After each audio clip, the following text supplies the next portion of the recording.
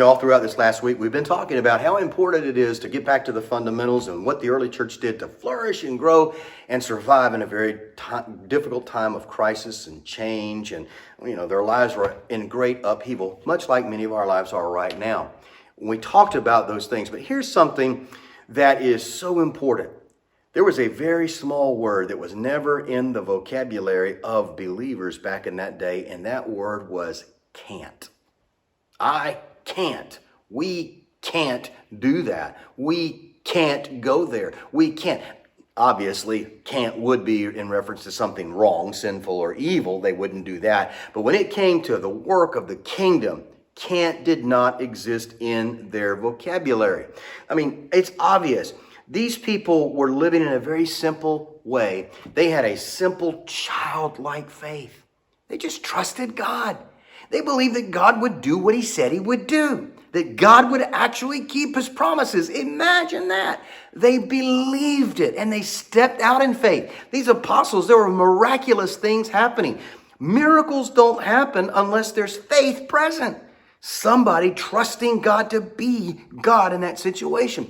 And their dependence upon God like children, looking to him in such sincerity and trust and confidence, believing that he is who he claims he is and he would do what he promised he would do, release the power of God into their situation and circumstance. It released supernatural power, and miraculous things were taking place, whether it was provision, healings, miracles, deliverances. The signs of the kingdom were all present because the word can't didn't exist in their vocabulary. Andrew Bonar said that God's part is to put forth power, our part is to put forth faith. That we trust and he provides the power to do what needs to be done. Without the word can't. Doesn't need to exist in our vocabulary. That as the wonderful William Carey said, expect great things from God and attempt great things for God.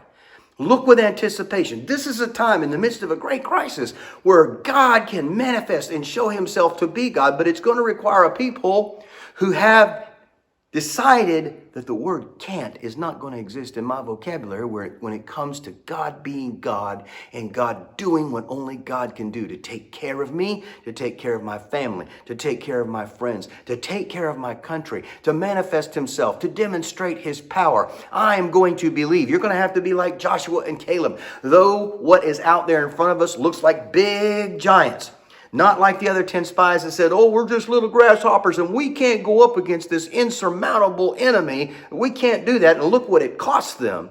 Be like Joshua and Caleb said, look, those giants will be like little grasshoppers to us because God will defeat them. God, look what God has already done, and he will continue to be that same powerful, awesome God and deal with our enemies that way. All we need to do is move forward and trust him.